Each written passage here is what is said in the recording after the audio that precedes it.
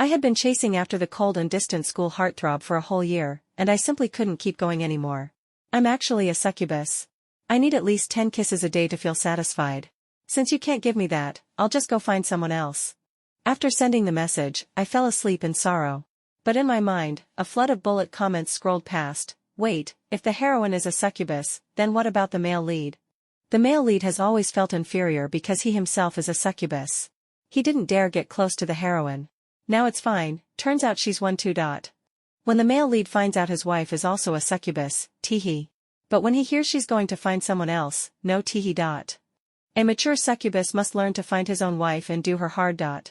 Don't worry, the male lead is already on the way to her house. It was the 285th day I brought breakfast to Liam Davis. His shirt was still buttoned all the way up, tightly fastened to the top, and his attitude remained as distant as ever. Thanks for the breakfast. I'll transfer you the money later. I handed him the food, crestfallen, completely forgetting to use the chance to touch his hand. Back when my family had strict rules, no dating allowed, I buried myself in textbooks on the front row, while the couples at the back were busy making out, practically drooling all over each other. Back then, I silently vowed to myself, one day, I too would fall in love, and kiss someone until we drool. But of all people, I had to fall for the untouchable flower on the mountaintop, cold and abstinent, more ascetic than the old monk at the temple. My eyes practically undressed him every time I looked at him, but he sat there like he was wrapped in holy light, completely unmoved. My bestie, who started chasing her crush at the same time as I did, had already gotten her fill of abs. When she asked how things were going on my end, whether I'd managed to get Liam Davis, I could only laugh bitterly. After chasing him for a year, forget kissing, I hadn't even held his hand. When I returned to the dorm, one of my roommates happened to be heading out. I paused for a moment. You're going out this early? She winked at me, unable to hide her happiness. My boyfriend's waiting downstairs. I'm off. Watching her walk away, I shed a tear of envy. Everyone else seems to find a boyfriend. Why can't I? At this point, might as well just go to sleep. When I woke again, it was already noon. I picked up my phone and checked the time. There was a message on the green app. I tapped it open, and to my surprise, it was from Liam. My long-dormant heart started thumping wildly again. Your cup's still with me. Should I bring it to you, or will you come get it? The light in my eyes instantly dimmed. Forget it. It's not that important. You can keep it. Liam didn't reply. I pouted. Of course, if it weren't for something like this, he wouldn't have messaged me at all. I was so upset I didn't even want to eat lunch. I hugged my blanket and silently cried. Just then, a call came in. It was my brother, Noah Clark. I picked up listlessly. What is it? His lazy voice came through. Well, what's got you so down? You haven't even claimed your allowance.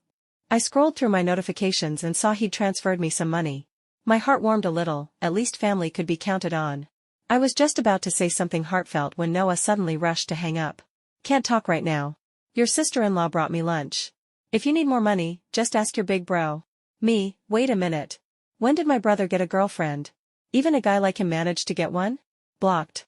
I kept lying there, but soon my stomach started growling. My plan to starve myself out of emotional despair had failed. Feeling useless, I ordered an extra-large bowl of spicy hot pot. If I couldn't starve myself to death, I'd stuff myself to death. Sadly, that didn't work either. It was too delicious. Not only did I finish the hot pot, but I polished off the rice too. Normally, after class, I'd go cling to Liam like a little tail. Wherever he went, I followed. But I had some dignity too. After all this time, he was still so indifferent. I was done.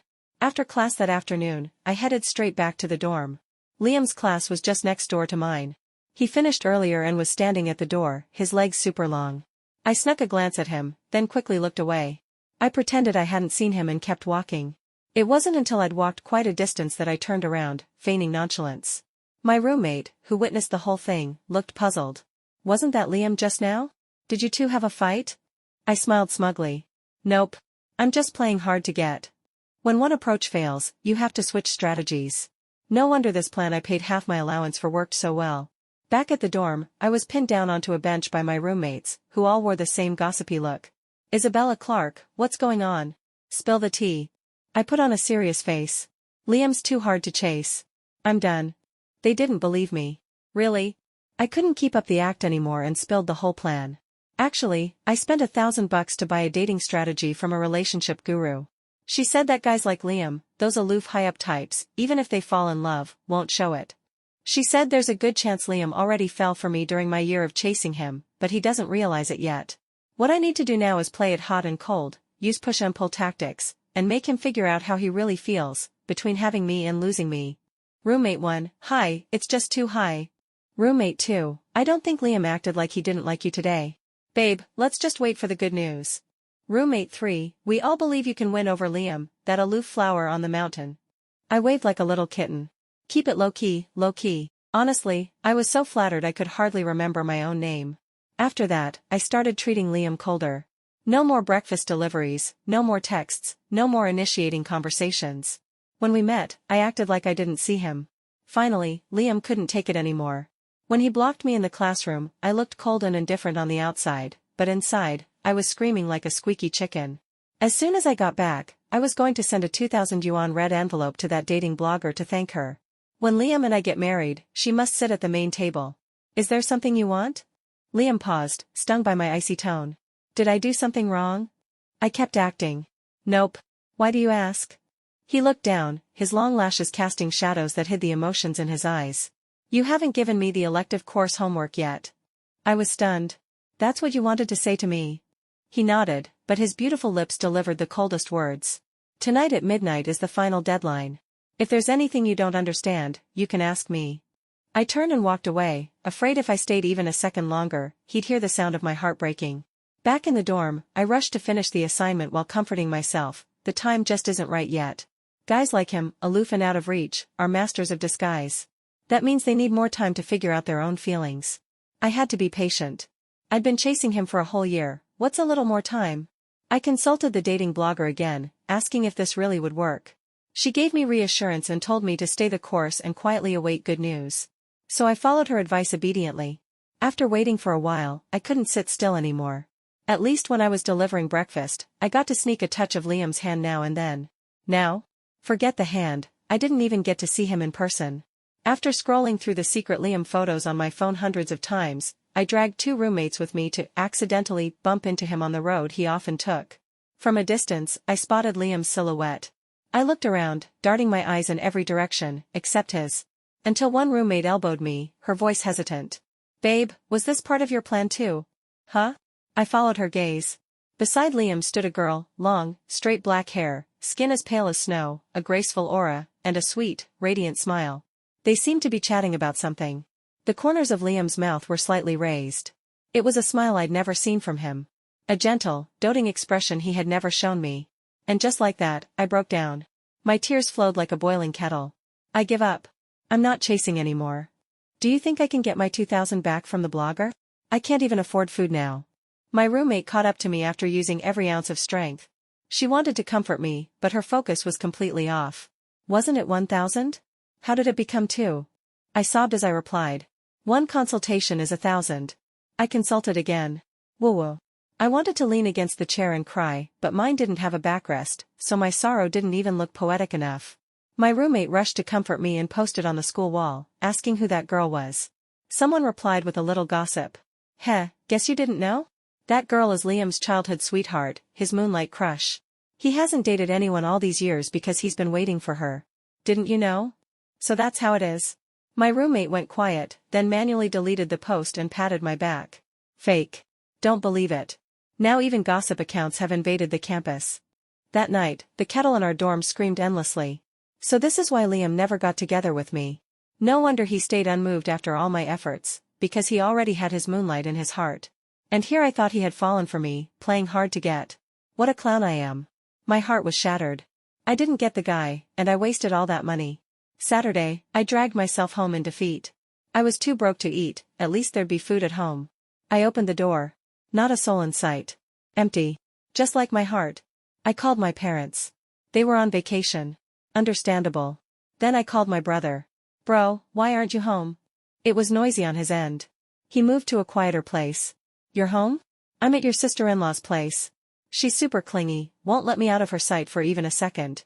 Tell you what, I'll transfer you some money. Go get something to eat. Me, okay. No more talking. Since Liam liked someone else, it would be rude to keep pestering him. But I've always been someone who finishes what she starts.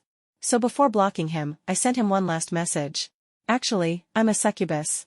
I need at least 10 kisses a day to survive. Since you can't give me that, I'll go find someone else. Then I blocked him and fell asleep, broken-hearted.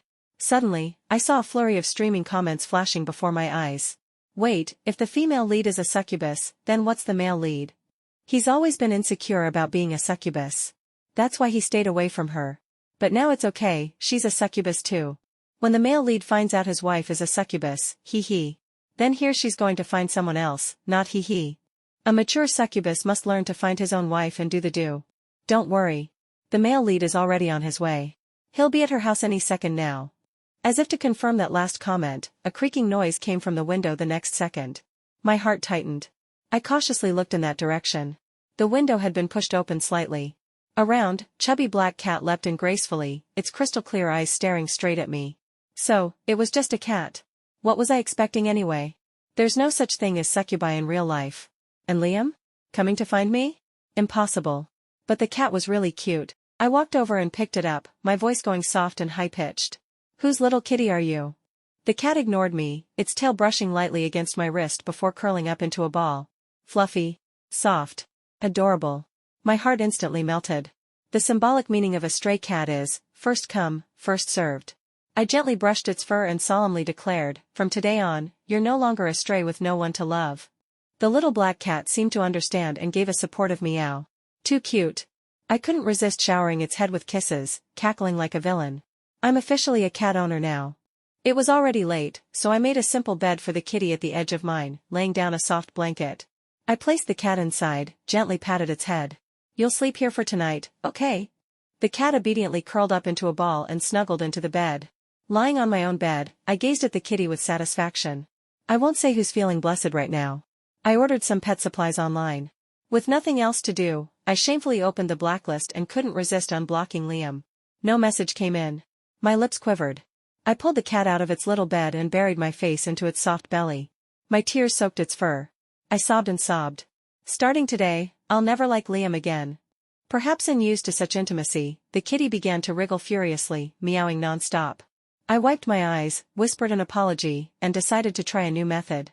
I pulled up one of my secret Liam photos, held the cat's paw, and tapped the screen. Mimi, come on, say it with me, Liam is a big meanie. We're never playing with him again. The cat was clever, stretched its neck and let out a series of mournful howls. It sounded vicious. I was satisfied. I patted its head and lay down contentedly. Just then, I noticed the barrage of comments I saw earlier had vanished. Maybe I had been seeing things from crying too hard. I let it go and drifted into a deep sleep. In the dream, I kept feeling a pair of eyes watching me, restrained, intense. I had ordered some pet supplies yesterday, and they arrived early this morning. I quickly opened a can of food for my kitty lord. It walked over, sniffed it, pushed it away with a paw, then looked at me and rubbed its fluffy body against me. What's that supposed to mean? You don't like it? I poured out some kibble, opened another flavor, it sniffed again, and walked back over. The sky was falling. I'd spent a fortune on those cans and kibble using my brother's family card, and the kitty didn't like any of it. I was out of money. My meals had already gone from lavish to cook whatever's left in the house. There were still some noodles, so I cooked a bowl of tomato and egg noodles. It had no color, no aroma, and no taste. It was clumped together. I sat at the table, hesitating whether to eat it. Just then, the kitty jumped onto the table and tapped my bowl with its paw. I cautiously picked out a small bite and placed it on a plate. It lowered its head and started eating. My God, what a divine cat. After it finished, I picked out a bit more for it. That bowl of noodles was shared between the two of us just like that. After cleaning up, the kitty's grooming supplies arrived. I'd heard bathing a cat could be quite difficult. But Blackie seemed so obedient, it couldn't be that hard, right?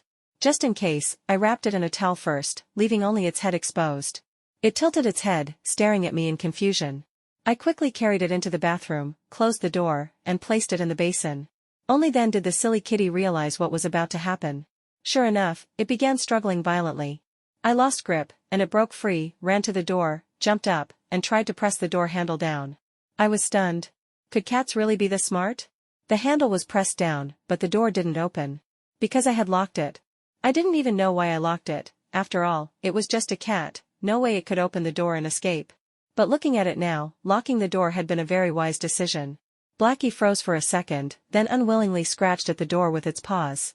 I gave an evil smile, picked it up, and ran my hand down its back, chuckling darkly. Mimi, just give in to me. It collapsed in my arms, eyes lifeless, limbs stiff. On its little face, I could almost see the tragic resolve of a warrior headed to battle, never to return. Really now, it's just a bath. But at least it wasn't struggling anymore, eyes closed, lying in the basin I'd prepared. It was the picture of surrender. I wet its fur first, then applied shampoo, scrubbing every inch of it. From head to tailbone, when I got to the tail, the kitty's eyes shot open and it tried to escape.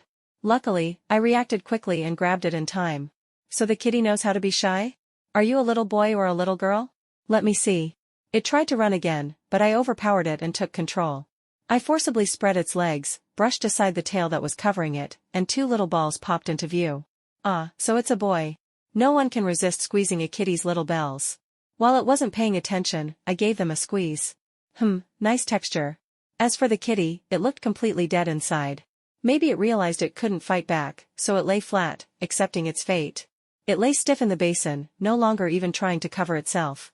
I scrubbed and squeezed, scrubbed and squeezed. What can I say, it was addictive. I didn't even want to, it just happened. After coming out of the dryer, I could clearly feel something had changed about Blackie. Specifically, it was even clingier than before. Wherever I went, it would rub against me, and its meows had become strangely soft. So soft it was almost unbearable. What's wrong with you, sang Biao. You weren't like this before. Now that it was clean and brushed, it was such a pretty kitty.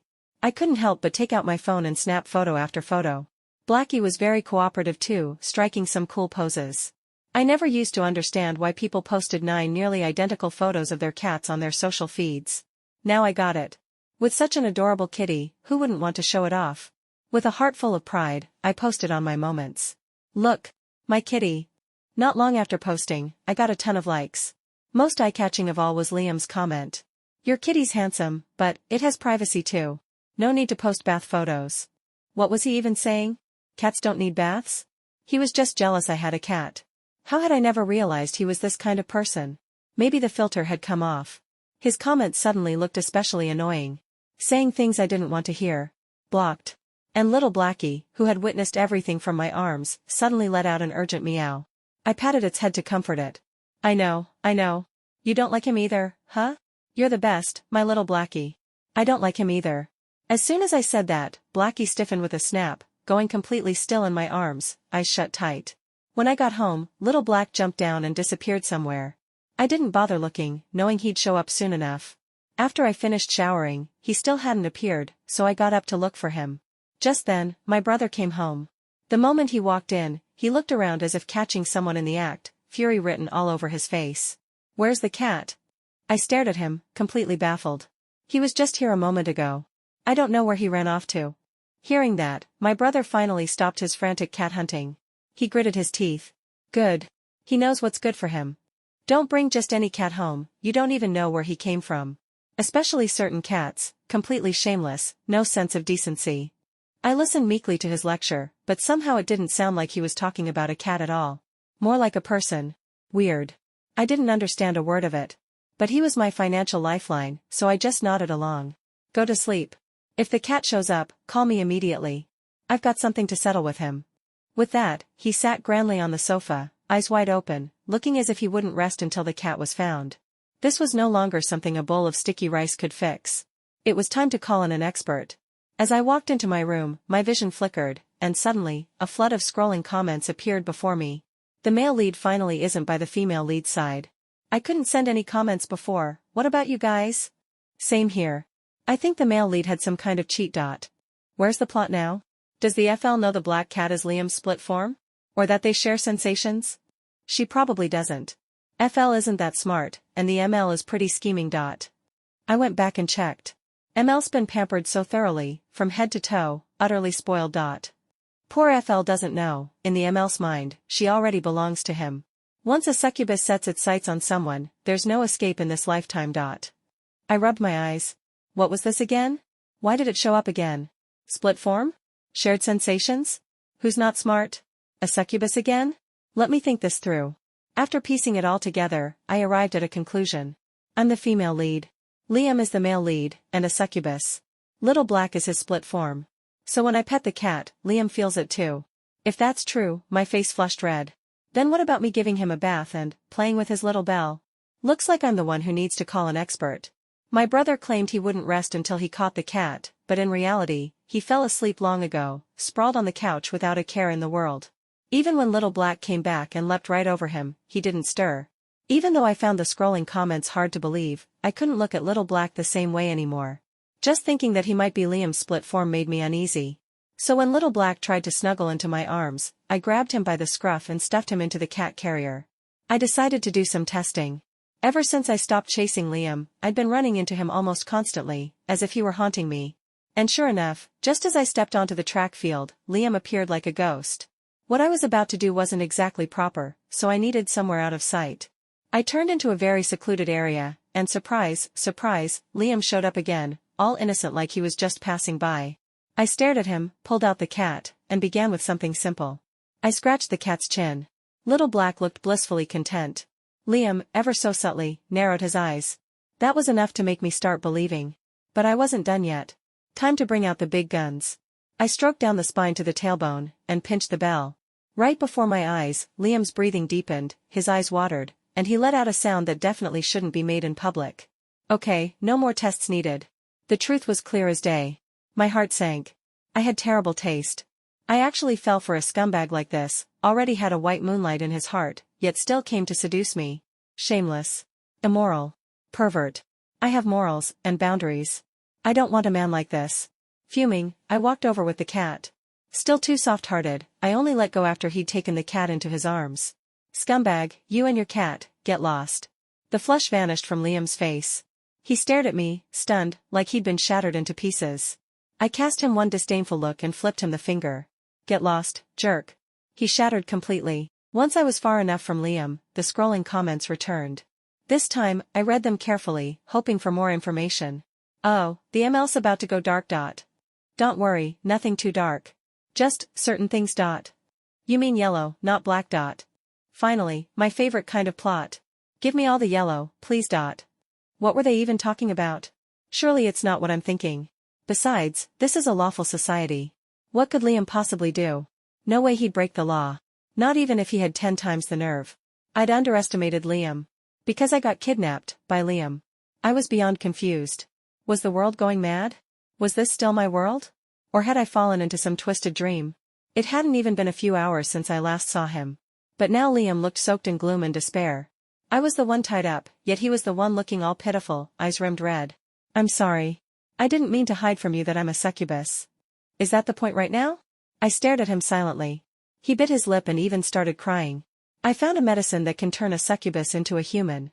It's already on the way. Soon I'll be just like you, please, don't hate me. The more he spoke, the more dramatic he got. Like he'd fallen into some dark abyss. Now everything was my fault? I was so angry. You jerk, can't you talk like a normal person? He pouted, lips trembling. I'm not a jerk. I've only ever liked you, from start to finish. And he blushed. I already belong to you. I felt like I was choking on my own words. Oh, come on. Sweet talk and blame, all in one breath? I slammed the table. Liam flinched. What do you mean you belong to me? Twisting the truth like that. Liam, I really misjudged you. He dared talk back. His mouth just wouldn't stop. You know the black cat is my split form. Whatever you did to him, it's the same as doing it to me. Okay, maybe that part was my fault. But still, it was mostly on him. I slammed the table again. And you still have the audacity to talk about that? Shameless. You already had someone you liked, and you still came to seduce me. What were you planning, huh? Liam, you're the worst kind of jerk, hurting 2 girls at once. Hearing that, Liam panicked. But I like you. There's no one else. I tried to explain before, Patricia's not my love interest. He's a guy. I rolled my eyes so hard they nearly got stuck. You think I'd believe that? The way you were acting, like a block of ice atop a snowy mountain, your coldness could freeze a glacier. That attitude, that distance, you might as well have treated me like your worst enemy. And now you're telling me Patricia's a guy? What kind of ridiculous excuse is that? Liam, is there anything you won't say? I looked at him, heart aching. Liam clenched his teeth. It's that damn bastard's fault. He couldn't get what he wanted, so he tried to ruin things for me. He looked at me. The first time you confessed, I already liked you. But I'm a succubus, I only recently started living in the human world. I didn't know how humans date, so I found a dating coach. That coach was Patricia. He said based on your horoscope, you liked aloof guys. The more distant, the more you'd chase. The more I listened, the deeper my frown became. A dating coach? I cut him off and pulled up my own chats with the coach I'd consulted.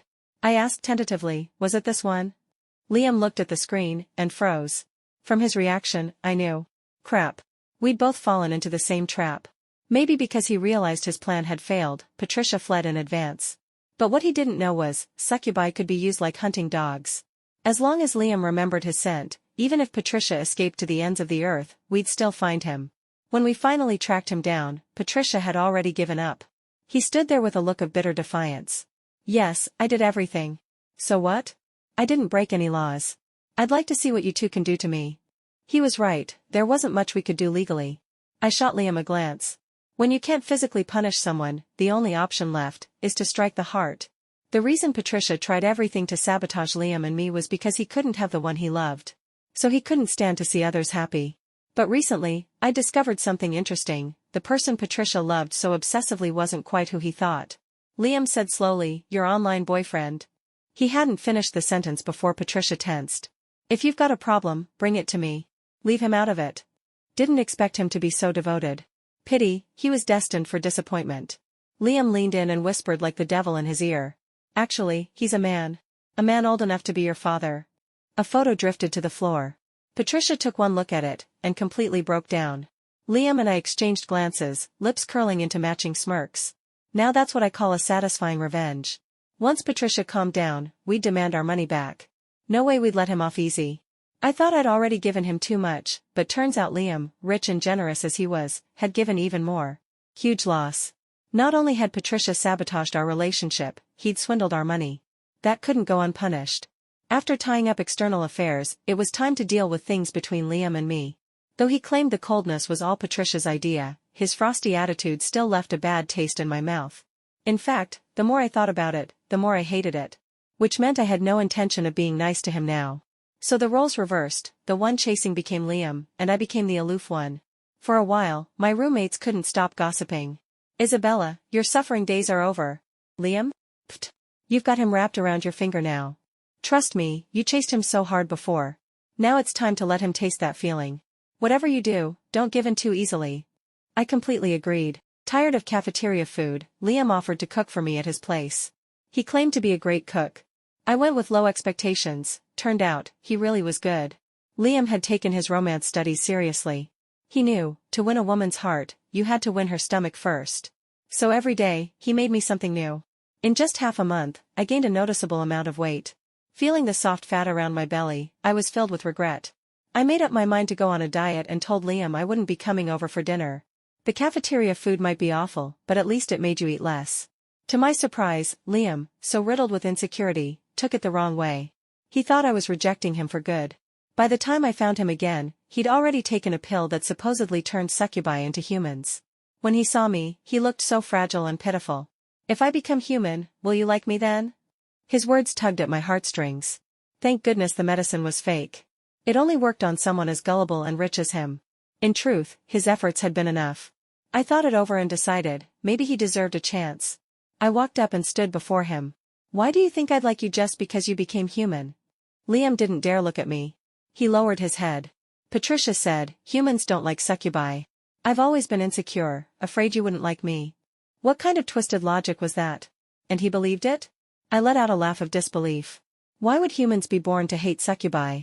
You actually bought that nonsense? He looked up, nervous. Because I'm different from other men. Lately I'd been studying succubus biology. It took me just a second to guess what he meant. I cleared my throat. Different how? Show me. And just like that, my simple-minded succubus let me look, totally defenseless. Afterward, he looked at me with cautious eyes, afraid I wouldn't like what I saw. But my smile grew wider and wider. Well, seeing how pitiful you are, I guess I can reluctantly agree to be your girlfriend. At those words, Liam's eyes lit up. From the very beginning, I wanted a relationship so sweet it would leave us lip-locked with stringy trails of saliva. Now not only had I gotten my wish, but my partner was gifted beyond measure. Insecurity, after all, was the most precious dowry a man could bring. Liam had no idea how desirable he truly was. He was a well-educated, though not overly so, succubus. Feigning concern for his well-being, I looked him in the eye and said, for a little succubus like you, no one else would want you besides me. I had to bear immense pressure just to be with you. If you don't believe me, go out there and ask around. What girl wouldn't steer clear the moment she hears the word succubus? Only someone as kind-hearted as I am would still want you. You better treat me well, and do everything I say. My brother, watching this unfold, was utterly speechless. The lecture he'd prepared to talk Liam out of this relationship got stuck in his throat. He ended up just patting Liam's shoulder with a sigh. Bro, the world out there is vast. Maybe, you should explore it more. But Liam waved his hand dismissively. No need. I'll just listen to Isabella. She would never lie to me.